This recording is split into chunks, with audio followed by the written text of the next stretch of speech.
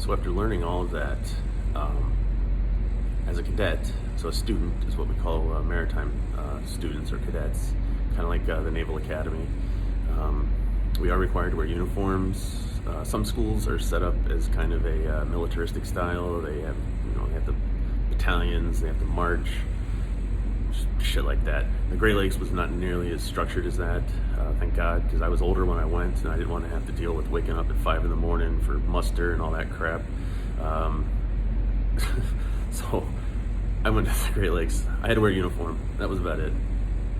It was actually kind of nice because I didn't have to worry about what I was going to wear that day. So we do what we call sea projects. When I was going through, we had to do 3 90-day sea projects. So you're on a boat for 90 days as a student, where you're kind of an observer, an intern. They put you to work, but you're expected to be at certain places, like making docks, when we tie up, when we let go, loading, unloading, and then in the rivers, you're required to be up there for the entire river. So that can get kind of tiring, and 90 days is 3 months when it's your first time is a very long time. It's still a long time. I really don't like working 90 days, but so we do that. And while we're doing that, after depending on the cadet, the mates and the captain will let you take control of the piloting. So basically, you'll stand in this window right here, and the wheelsman will stand right there behind you, and you basically tell him what to do. If you have a good wheelsman, it's really easy. You just tell him when to start his turn and what course to steer. That's it. He'll do it. He'll do everything himself. But as the pilot, you're expected to know how to drive the ship yourself. So for a lot of guys, we give what we call rudder commands, where I will tell him, you can see it right over the back of my head right there. It looks like a clock. So that'll tell us what our rudder angle is. And what I would do is, if we're starting a turn, I might say 20 degrees right rudder. Oh, I just say 20 right. So he'll repeat 20 right, and I'll look up there and make sure that that rudder angle indicator is going to 20 right. And then I'll be watching the swing of the vessel. I'll see how she's turning, how the current is pushing us, about a million other factors.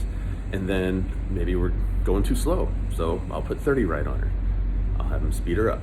And then once I get something that I'm satisfied with, I'll pull it back again to 20 or midship. Midship is middle, so the rudder's right down the middle, and anything in between. So basically, I'll guide him through the turn. I'm lucky right now. I have a very good wheelsman. I really just kind of say, "All right, get going," and he just does it. It's nice to have, but it's easy to get complacent too, because you get a lot of guys out here that have never really done it before. And you get a lot of guys from the ocean who aren't used to this kind of piloting. So you really have to know what you're doing in order to kind of guide them through. And actually, I really enjoy it. It's a lot of fun. It breaks up a lot of the monotony of these lake watches where we're just kind of sitting around for 4 hours. It's challenging. It's a little different every time. And when you get good at it, it's kind of a satisfactory feeling. So that's kind of piloting in a nutshell. I will go over in a minute here how we do it at night.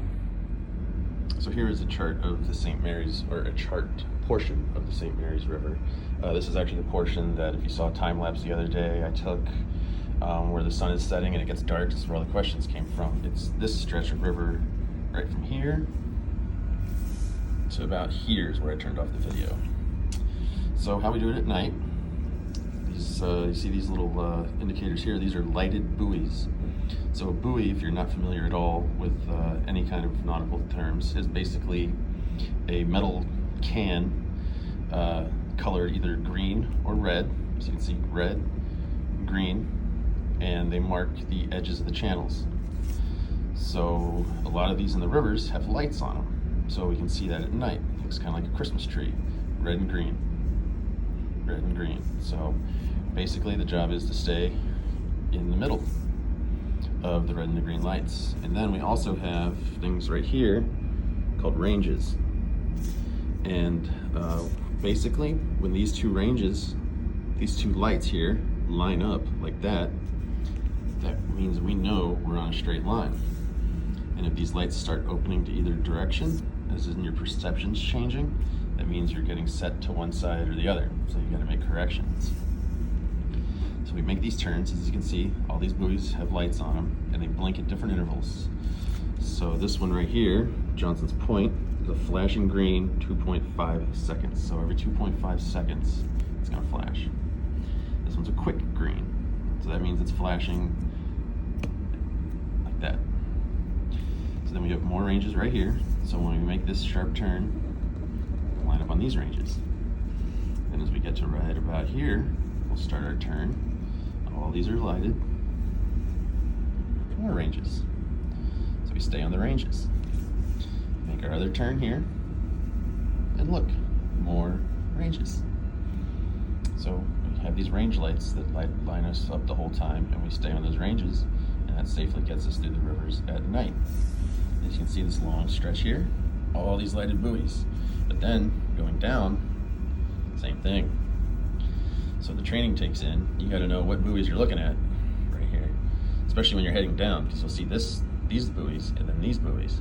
So you don't want to get them confused and head down the wrong channel. But basically, navigating at night is not too much different than the daytime. It's just darker.